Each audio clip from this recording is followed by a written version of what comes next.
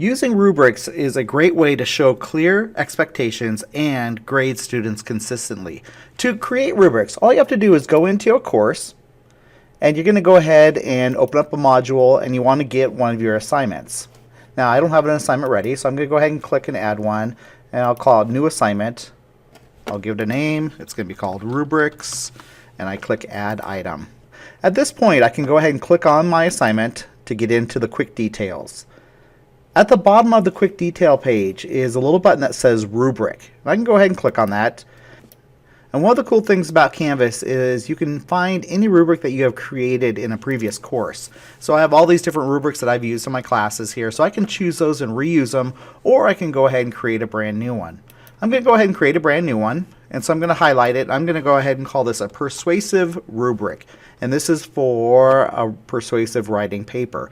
Now I have the criteria, I have my ratings and the points here. Now I want this to be a 4-point scale, so you want to go ahead and put out your points first. I'll go ahead and click this once. I'll just say update rating, and I'll click it one more time, update rating. So now I have a 5, 3, 2, 0. Now I actually want this to be a 4. To edit that, I can go ahead and click on the pencil, and I can go ahead and click that to be a 4. And I want this one over here to be a 1. I'm going to go ahead and click on the pencil, put a 1 in there, update rating. And now I can go ahead and give my criteria description here. And I'm going to go ahead and call this intro.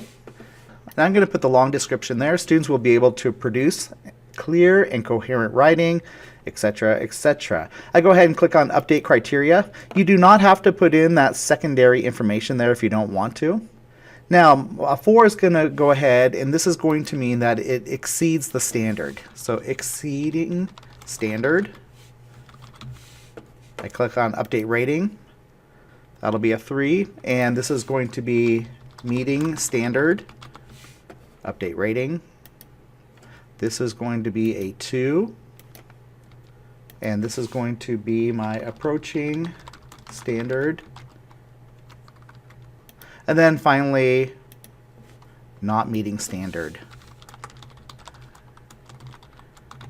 And I click update.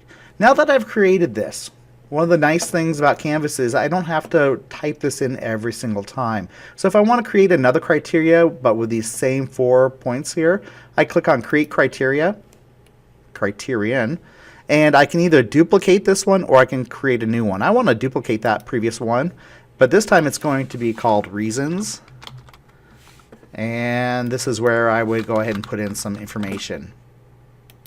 I update it, and there I go. I can go ahead and create another criterion, and I want to duplicate the reasons one, and so the next one will be conclusion, and I go ahead and type in my long description there if I want to, and I click update. And now I have this rubric here, and if you notice it's 12 points. When I'm done creating my rubric, I have to check this button right here. If I don't, it won't actually allow me to use it for SpeedGrader. So I'll go ahead and click on that, and I click on create rubric. There's some point values. If your point value differs from your assignment point value, it'll actually give you a little notification. So I'm going to go ahead and click change, and I am done creating that rubric. Now to use a rubric, I'm going to click on one of my assignments that has a rubric attached to it, and it's this grade crossbow construction. Now this is just my test student, and this normally would be a picture of the crossbow. But to use a rubric, all I'd have to do is click on view rubric, and now I can go ahead and grade on my rubric based on what I need to. If this is too small, you can always widen your area so you have a little bit more area to see your rubric, and you just click.